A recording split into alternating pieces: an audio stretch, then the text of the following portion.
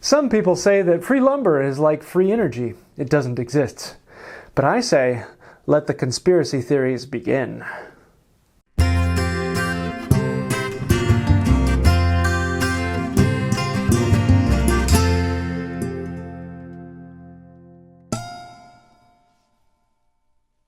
Hey y'all, I'm James Wright, and welcome to my shop. Today I want to talk about taking logs and turning them into usable lumber. It's a fairly simple process that most people can do with some things that you already have around the house. You may need to do a little bit more work or pick up another tool, but we'll get into that. So let's go out to my driveway and take a look at what we have. A while ago I saw an ad on Craigslist for free firewood, and I have this running all the time. So I went and picked up several of these logs. I actually contacted him ahead of time and said, can you leave them about 3 to 4 foot long?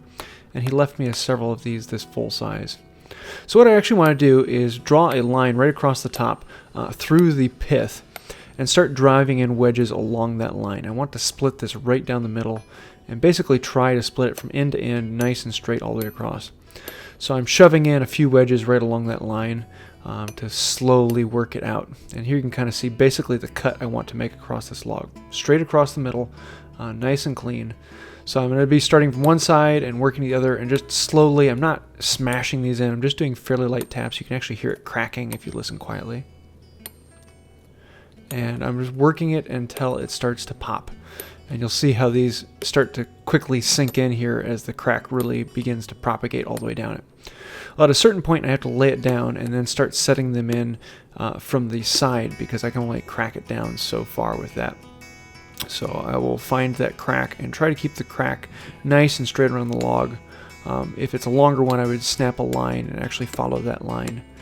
But I'm just going to be splitting this log perfectly in half. And once it fills in half, there's a few connections that go through, so I can hit with a hatchet, or my hatchet, and basically end up with 2 halves. So now that I have a half, basically shaped like this, I want to actually slice out a pie. And these are the most stable ways to slice out wood, Riven. So I can use a Froe and slowly drive the Froe in. And the reason for the Froe is they have this handle that sticks off, and I can use that handle to torsion the Froe to split the wood off. Unfortunately on this log, due to the size that I want to split off, I'm never going to be able to put enough force in for what I have to start this crack before I can push the Froe down farther. So in this case I'm going to continue with wedges. And so just like before, once I get a split at one end, I'm going to follow that line down the log and put the wedges in and aim them at the heart of the log. And so I can slowly split off this wedge. The wedge is actually not a bad way of pulling out lumber. It is fairly wasteful, but you'll get an extremely stable piece of wood that won't move much at all. Makes for really nice furniture, and it's one of my favorite cuts of the lumber, to have a riven piece of lumber. So I'll slowly propagate it all the way down, and just like before, at one point everything just kind of starts to break loose, or the wedge doesn't stick, and the whole thing splits open. And I'll get this wedge of oak that slides off. There you can see how that piece comes off. And with a little bit of hatchet work, I can break the sinew and pull out that wedge. So I can flatten that and turn it into lumber later. So next, actually what I want to do is quarter the log. And this is a little bit more like quarter sawn, but we're going to split it. So laying it on its face, I'm going to again drive these in from the end, starting the crack I want. And once that crack starts to propagate and is going in the right direction, then I can start putting the wedges in along that crack as you've seen before, and drive this into 2 pieces. This is red oak. I don't know if I've said that before. It is a fairly tough wood and somewhat hard, but really, really beautiful once it's split open, especially with this riven and quarter sawn. You see a lot of the rays. And so there you have quarters of the log.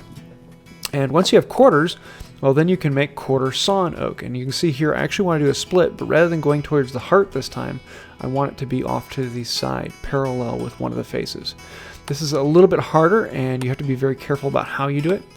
But what I want to do is, again, draw that line on the end and drive in those wedges, just like I've done before and everything else. But before I go too much farther, I don't want this crack to propagate too far. I want to start splitting from the inside of the tree. So I'm not putting the wedges on the bark side, I'm putting them on the inside, the heart of the wood. And that makes it easier to make that cut parallel to the outside surface.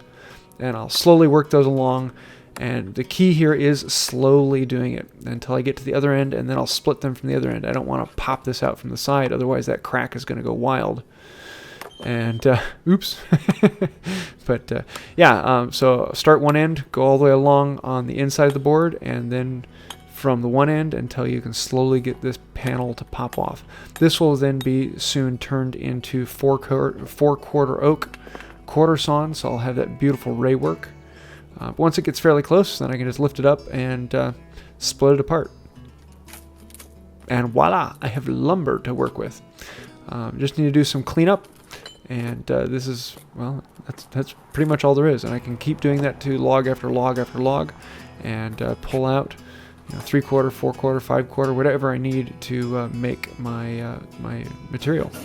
So I can bring back down to the shop and put it up in the vise, and then I'll use the scrub plane to slowly flatten down one side. And I'll just go to town, scrubbing across the grain, traversing it with the scrub plane. I did a video a while ago on making a scrub plane. I made this thing for like $5. And I'm testing the wood to see what its moisture level is, because it's got a ways to dry. I think it was like 58%, something like that. So yeah, it's really, really wet. Once I get one side flat, then I can flip it over and do the exact same thing to the other side, trying to bring the two sides parallel. And at the end here, I'm left with about 4-quarters of board that's really nice and flat. Now I'm not going to take this beautifully smooth. I'm going to leave it rough from the scrub plane because it still needs to dry. It's probably going to sit in my basement for a year or so until it is ready to work. But there you go. There is a 4-quarter piece of oak, quarter sawn, and ready to go. Now, to dry it a little bit slower, I paint the ends with a latex paint. A little bit better would be like Anchor Seal, though it's a bit expensive. Latex paint will work perfectly, and that way it will dry better and have less chance of actually cracking. And you'll have more lumber to use for the future. So that's about it. Free lumber with just a wedge and a mallet and a scrub plane. And voila. So there you have it. Pulling some lumber from logs, turning them into cants, and then making lumber out of them. Now this is currently at like 56% moisture, so it's going to have to sit for a while. This one, being about 4-quarters thick, is probably going to have to end up sitting for around a year or so, depending upon how I dry it. And let them sit, come back to them later, and you can have more. If you do a few boards a month, you may have all the lumber you need for your life. Now, a lot of people are going to say, most firewood is only like 18 inches long.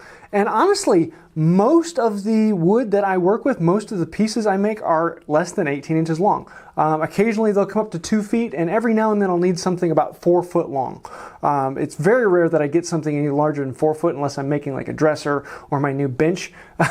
And so you can often get lumber that will fit in the size range you need from firewood, as long as you just kind of think a little bit ahead about it. Now, this is kind of time consuming, and it is something that takes a lot of elbow grease. But in the end, you're left with some really, really nice lumber. This is all either quarter sawn or Riven, and so the rings are running across the board. This board will not expand and contract much at all. It is extremely stable and will be some of the best lumber you ever use on a regular project. And so it's well worth the time and expenditure. And then you can say, yeah, I made that piece of furniture from firewood. Something that I took the firewood and I shaped it into the own size and style that I have, and you can make furniture out of firewood, and it's a lot of fun and relatively simple. So I hope you like this. It was a fun one for me. There are a lot of other things that will go into it, and probably I'm going to be doing a video here soon on some of the other ways that I get lumber and some of the places where you may not get it for free, but you might be able to get it for cheap. And yeah, I hope you liked the video. If you did, please hit like. Go ahead and smash that subscribe button. Also, I want to say an incredible thank you to the patrons on Patreon. You guys are the reason why I can keep putting out information like this. If you'd like to find out more, you can do so right over here. Also, if you like this video, feel free to check out one of my others. You might find something you like there. And until next time, have a wonderful day.